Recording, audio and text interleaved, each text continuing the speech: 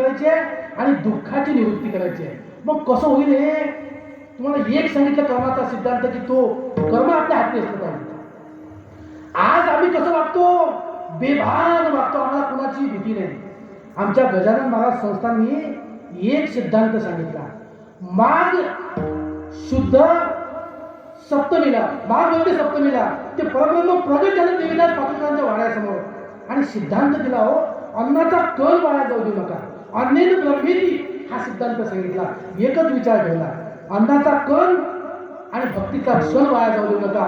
तुम्हाला कशाची कमी पडणार नाही. आज म्हणून आमच्या गजानन महाराज संस्थांमध्ये लाखो लोक प्रसाद घेतात. त्याचं कारण काय? अन्नाची महती जाणली, भक्तीची महती जाणली. आणि जो भक्तीचं महत्व जाणेल, जो अन्नाचं महत्व जाणेल, तो कधीही उपाशी राहणार नाही, तो कधीही उदासीन राहणार नाही. त्याच्या घरामध्ये आनंद असेल आणि त्या आनंदाच्या प्राप्तीसाठी, त्या सुखाच्या प्राप्तीसाठी एकच उपाय सांगितला, त्या भगवंताचं भजन, त्या भगवंताचं नामस्मरण, त्या भगवंताचं चिंतन. आणि तुम्ही कोण आहात? तुम्ही कामाला असाल, सुतार असाल, शेतकरी असाल, शिक्षक असाल, नोकरीवाले असाल, व्यापारी असाल, तुमच्या हाती भगवंताला जे काम दिलंय ना, ते काम इमाने बरं करा.